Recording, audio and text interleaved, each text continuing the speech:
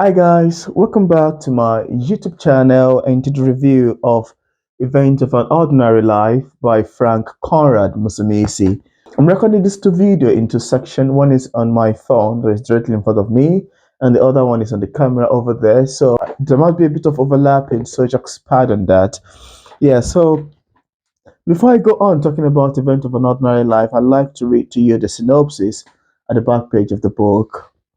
Event of an Ordinary Life is a collection of wide-ranging and widely imaginative tales.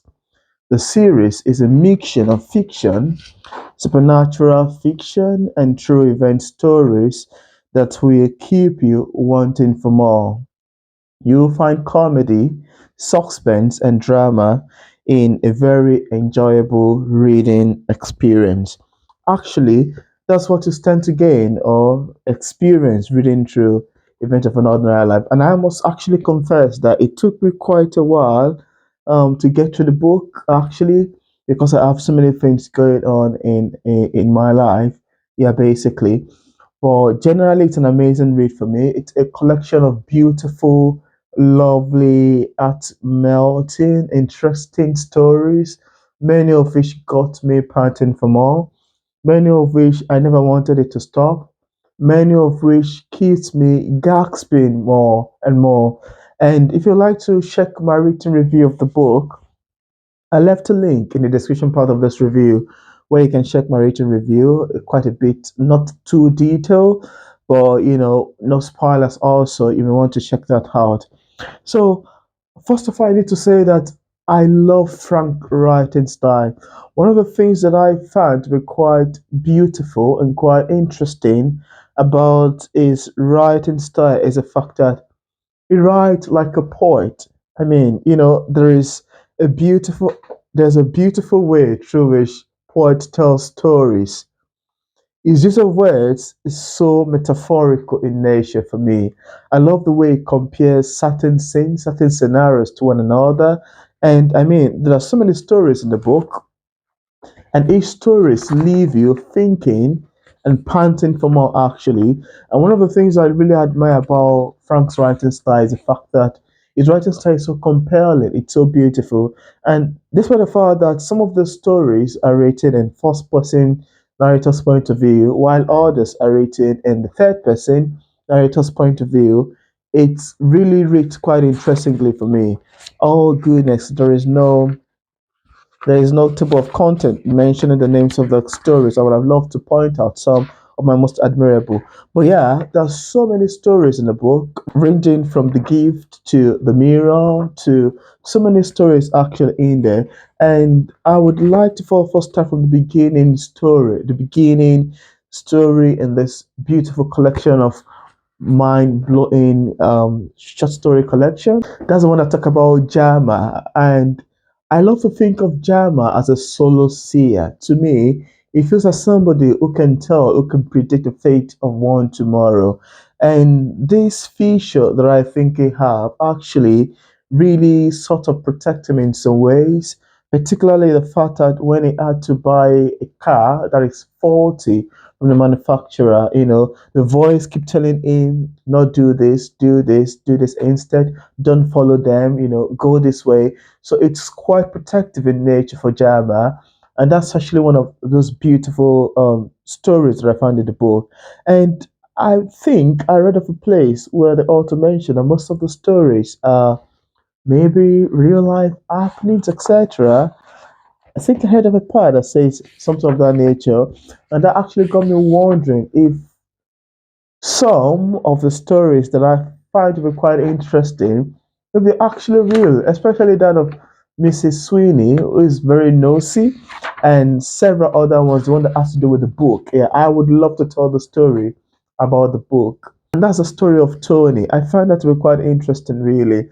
Why do I find it to be quite interesting? The fact that it reads quite African to me. It reads like those sort of story that you watch in movies, etc. So Tony found a particular book in one of the stories in the collection. There is one tied to the book. So there is Tony, who is the main character here, who found a particular mysterious book, and the book has a power to grant his wishes.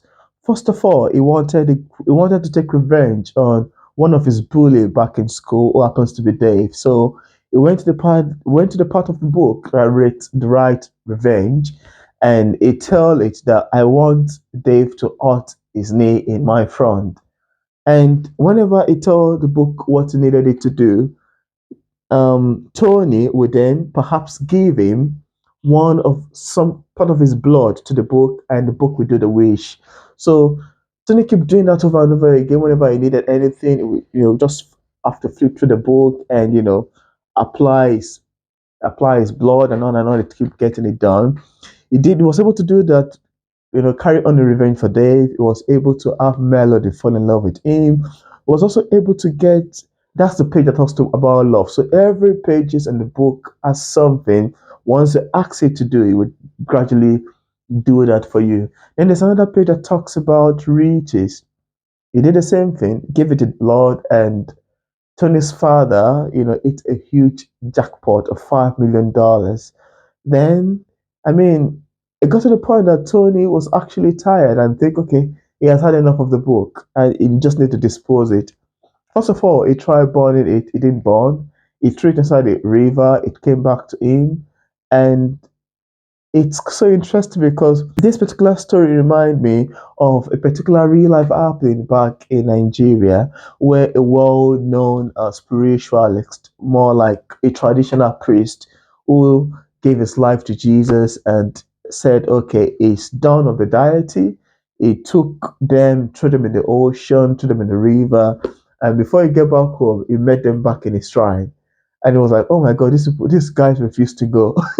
So as Tony is trying to burn the book, you see the book wherever lying on the shelf whenever he get back home. He threw it inside the river, he went back. So it's such an interesting story, and it reminds me of the African adage that says that the devil will not give you thing for free without asking for for a full human back. There is an adage in Yoruba that the devil will not give you thing without asking for a huge thing. He's not going to give you anything for free.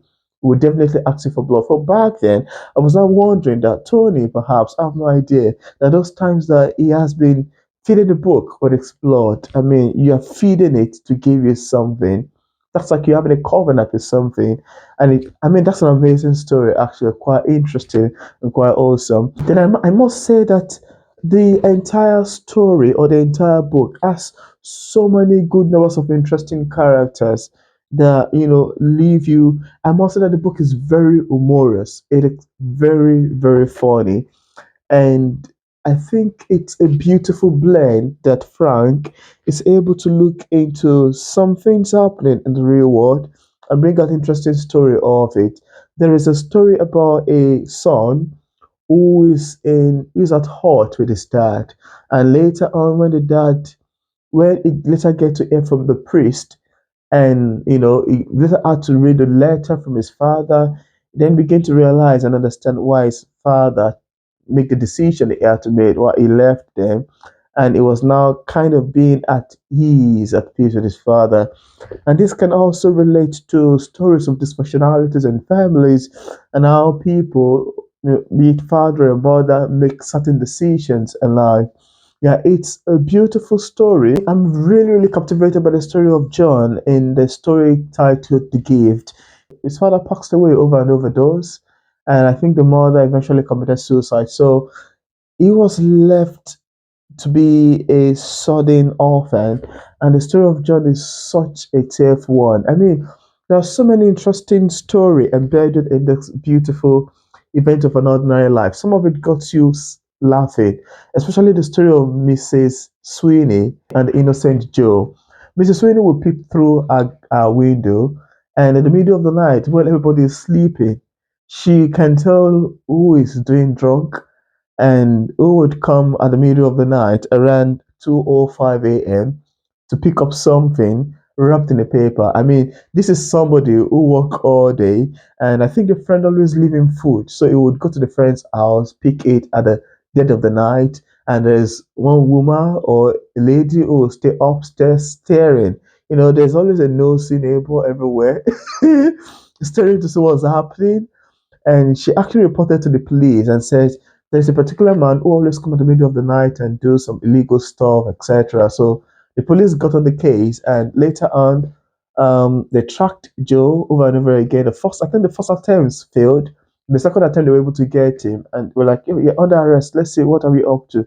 Then they showed him it's his food, and we're like, "Oh my God, that's so funny." So that's such an amazing, interesting story of Mrs. Sweeney, the the nosy one. And I think there's a part whereby she was sitting back trying to, she was expecting the good news. She was expecting, for her to be praised. Like, oh yeah, she spotted a criminal in the street, or she spotted a bad neighbor, etc. It's such an interesting and beautiful story, actually, and also quite relatable in some ways, yeah, especially in the Western world, I'd say. Yeah, so there's so many story in this book. How can I forget the story of this skunk, the skunk family? That was so hilarious and so beautiful. I mean, if you are looking for something to release stress, you got a type that love story wholeheartedly, and you're looking forward to exploring a different sort of story. There's a lot in here that can fit into your need. I'm sure about that. There are so many stories that fit into your, that's so interesting, readable for anybody of any age, both young, old, adult. So it's a book that is well, received for every age, every reader, no age restriction whatsoever, no bad content, no X-rated content in it.